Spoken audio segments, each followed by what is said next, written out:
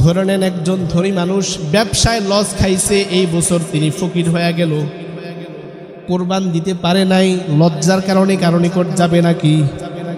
আপনার আমার উচিত সে আমার আপনার প্রতিবেশী, তার নিকট গিয়ে একটু গোশত দিয়ে আসা।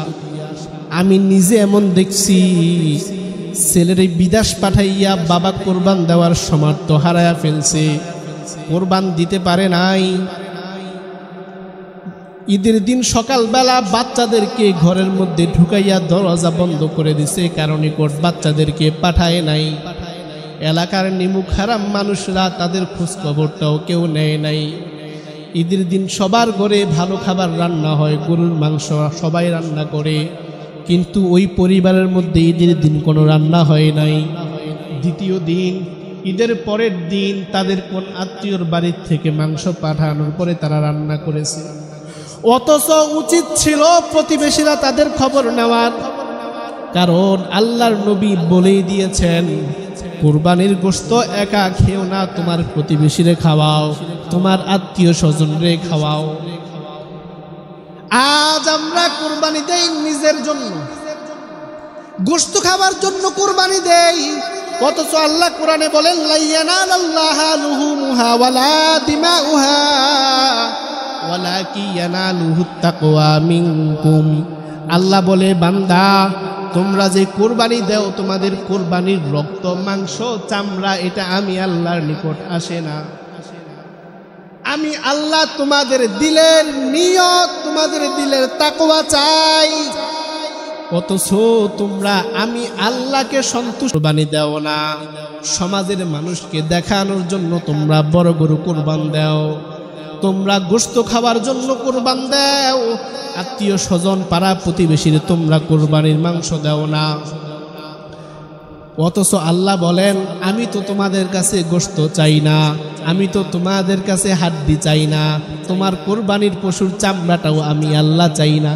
আপনাদের কি মনে হয় সমাজের মানুষ আল্লাহকে খুশি করার জন্য কয়জনে কোরবান দেয়? হ্যাঁ, কয়জনে কোরবান দেয় আল্লাহকে খুশি করার জন্য? আমি যদি বলি আশ্চর্য হয়ে যাবেন। যারা বলেন হুজুর আমারটা হয়, আমি তাহলে বলি দেখেন আপনারটা হয় কি হয় না। যদি কোরবানির পশুর মাংস খাওয়া হারাম হতো, ভালো করে বুঝবেন, আমাদের ইসলামের বিধান যদি এমন হতো, কোরবান দিবা মাংস খাওয়া হারাম, খাওয়া যাবে না, কোরবান দেওয়ার পরে মাংস ফালাইয়া দিবে, বলেন তো মানুষ কি বড় গরু দিয়ে কোরবান দিত না ছোট গরু দিয়ে কোরবান দিত? আরে গরু তো দূরের কথা, ছাগল দিয়ে দিত, ঠিক নেই? বাস্তব না বাস্তব?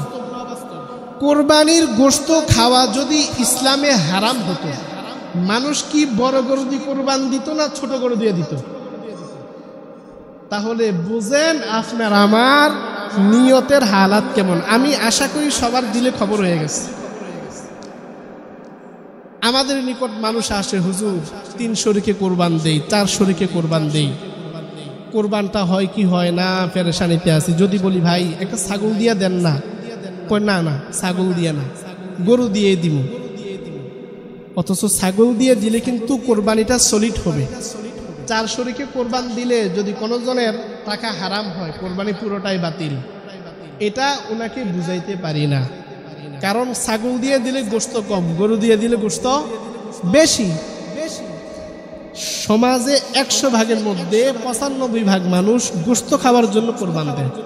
মুখে যদিও বলে না আমি আল্লাহর জন্য দেই, কিন্তু গোশত বাটোয়ারার সময় দেখা যায় কার জন্য সে দেয়। এই জন্য দিলের নিয়ত আল্লাহ মুখী করতে হবে। মানুষকে দেখানোর জন্য কোরবান দিলে কোরবানি হবে না। নিয়ত পরিষ্কার, নিয়ত ক্লিয়ার, কোরবানি কবুল। নিয়ত ভালো। ইসলামের বিধান কি? কেউ যদি কোনো ভালো কাজের নিয়ত করে, ভালো কাজ করতে না পারলেও সওয়াব আছে না নাই? আছে।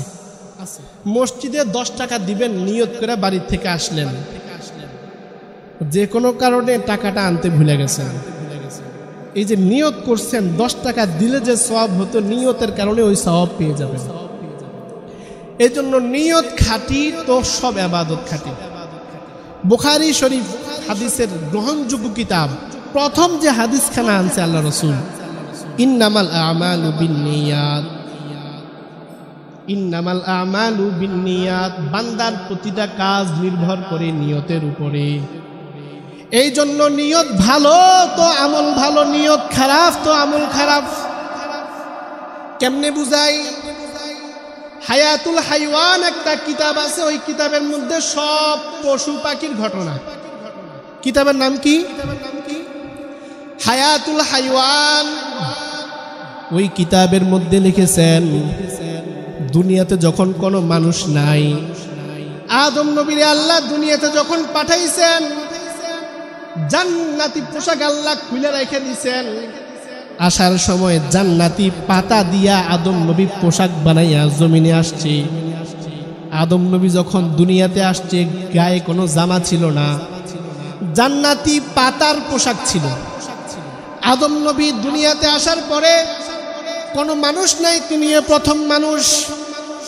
জংলার হরিণীরা আদম নবীর আগমনের সংবাদ পাইয়া সবাই আদম নবীর সাথে মোলাকাত করতে গেল। হায়াতুল হাইওয়ান কিতাবের ঘটনা আপনাদেরকে বলছি।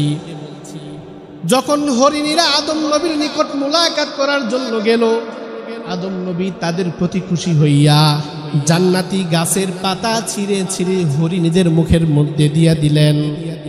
হরিণরা জান্নাতি গাছের পাতাটা চাবাইয়া চাবাইয়া খাওয়ার পরে তাদের তিনটা ফায়দা হয়েছে।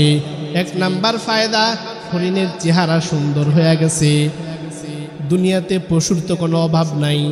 গরু সুন্দর নাকি হরিণ সুন্দর? ছাগল সুন্দর না হরিণ সুন্দর? হরিণ হচ্ছে পশু দিয়ে সবচাইতে সুন্দর প্রাণী। আগে কিন্তু সুন্দর ছিল না।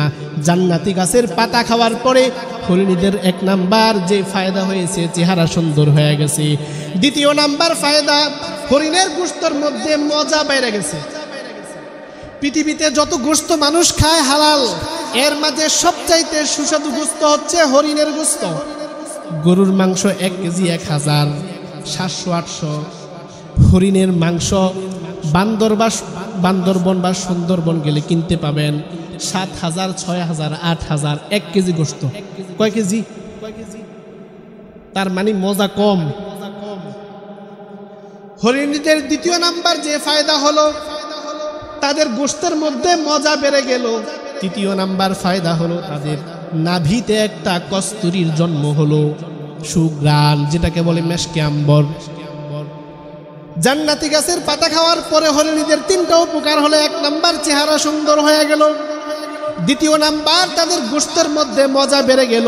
তৃতীয় নাম্বার, তাদের সাথে একটা সুগ্রাণ সৃষ্টি হয়ে গেল নাভিতে।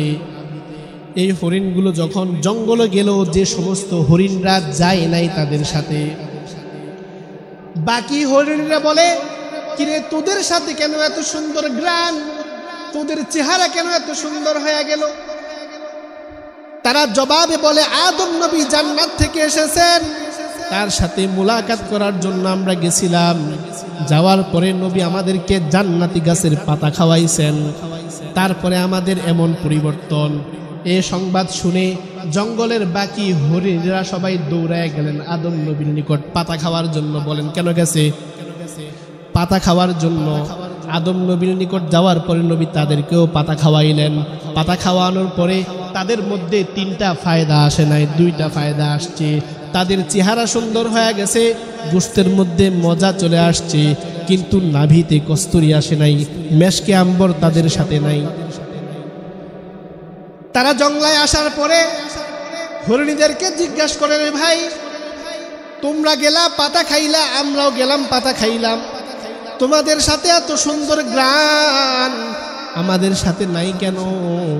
প্রথম দল হরিণীরা তাদের জবাবে বলেন, তোমরা গেছো পাতা খাওয়ার জন্য, আমরা গেছি নবীর সাথে মোলাকাত করার জন্য। 2 জনের নিয়তের মধ্যে গরমিল। এক দলের নিয়ত ছিল নবীর সাথে সাক্ষাৎ করা, পাতা খাওয়া তাদের উদ্দেশ্য ছিল না, নিয়ত হলো নবীর সাথে সাক্ষাৎ।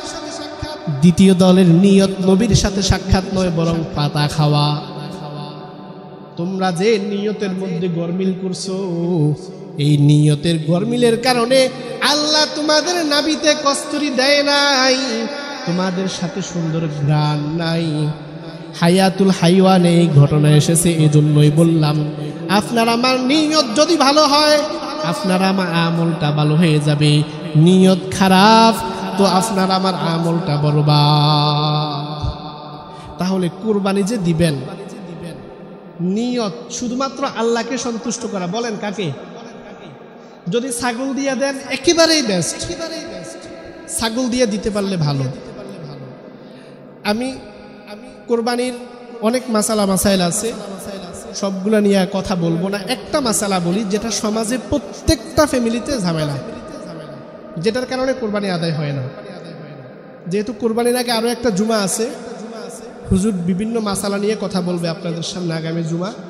একটা মাসালা আমি আজকে বলে দিয়ে যাই, ভালো করে শোনেন। সমাজে কিছু লোক এমন আছে, 3 ছেলে অথবা 2 ছেলে বা 4 ছেলে, ছেলেরা প্রত্যেকেই ব্যবসায়ী বা চাকরিজীবী। ধরেন এক এক ছেলের বেতন কারো 20, কারো 30, কারো বা 40। কোরবানির ঈদের মৌসুম আসলে 2 ছেলে থাকলে 2 জনে 20,000 করে দেয় অথবা 30,000 করে, 60,000 টাকা বাবার হাতে দিয়ে বলে, বাবা নেন আপনার নামে কোরবানি করে দেন।